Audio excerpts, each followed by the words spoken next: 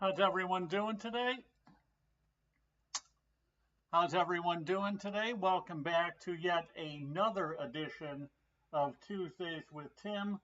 Going to take a look at really our portfolio. It's about as underweighted as it possibly can be. The only trade we have on is our leftover American Airlines trade, which that stock has basically ground to a halt here. As you can see, we continue to sell shorter term options. We're long the September calls, the 11s, short now the July 12s. So we'll continue to look to, bring in more premium, harvest it by rolling forward. We may, if the stock drops, make it a straight calendar. Right now we have the diagonal.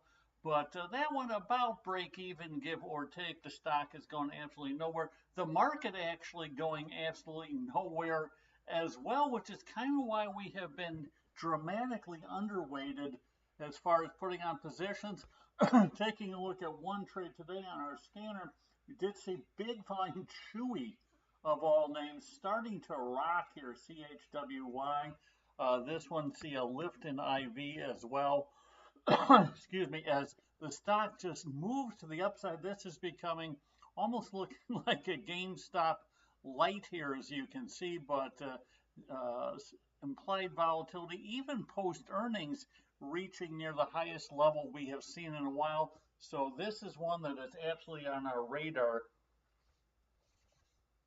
pardon me, as we approach what should be a quiet week next week, obviously, with the 4th of July embedded in there, and the day before and after, obviously quiet as well. So should be a quiet time for the market. So we may continue to hunker down here. We'll look for opportunities. Chewy is one that is on our radar. We shall see on that. Otherwise, our bonus trade on FedEx we came out with today, FDX, and this was one based on earnings coming out after the close today. FedEx is now basically going nowhere as well, but the main reason we got into this trade was that term structure vol. So it is simply selling this week's 270 calls, which are out of the money, right? The stock looks pretty good. We'll take a look in a second.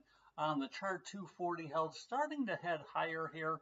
Has had some big moves post earnings in the past, which is why that straddles implying a little over an 8% move, but able to sell these at over 100 IV and then hedge by buying the 270s for almost a 40 IV, so more than a double implied volatility we're capturing here, paying about $1.50 or so on the trade. So we shall see what comes with earnings, but this is a chart that you can see the stock has had these big earnings gaps over the past several quarters. Even this one here wasn't a bad one, but you see a bit plummet on that, a huge rally on that.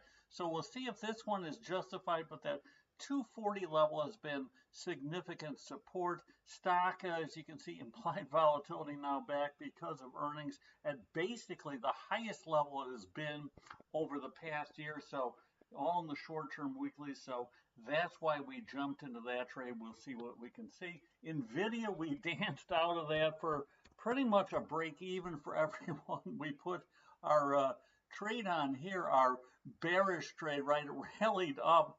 And if we kind of shorten this time frame up, you can see here was our first trade. If you remember, that was a neutral trade on NVIDIA. That one expired worthless.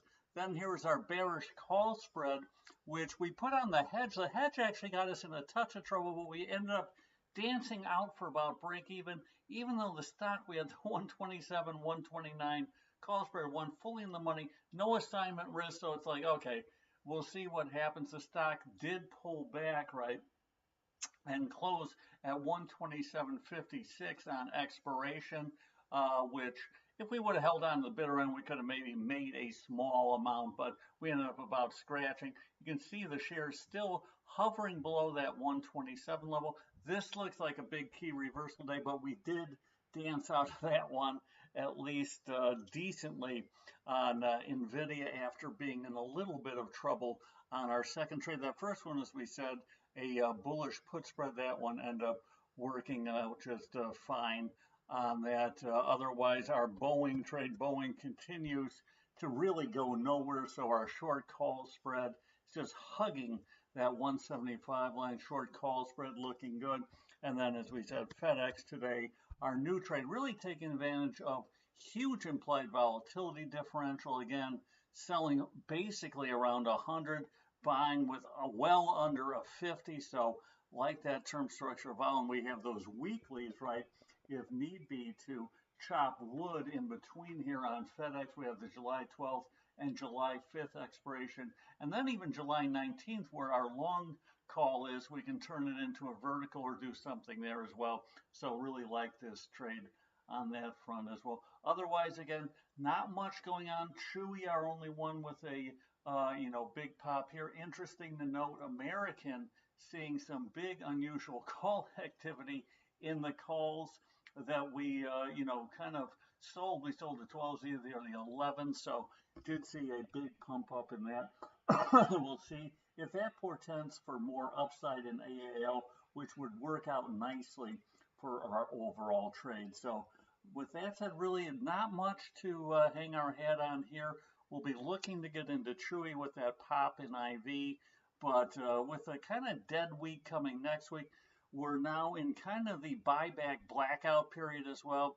Fed has pretty much come out and said we have one interest rate cut for the remainder of this year. We'll see if that holds or not. With the election coming up, that probably makes a little bit of sense. Earnings all but done, right? So earnings came out. They were decent, not great. You're seeing valuations on some of these stocks reach extremes when you look at like the S&P 500, right, which has been just absolutely chopping sideways since it hit that 5,500 level. You can see the SPX, and we'll shorten that up as well, really going nowhere for a long period of time.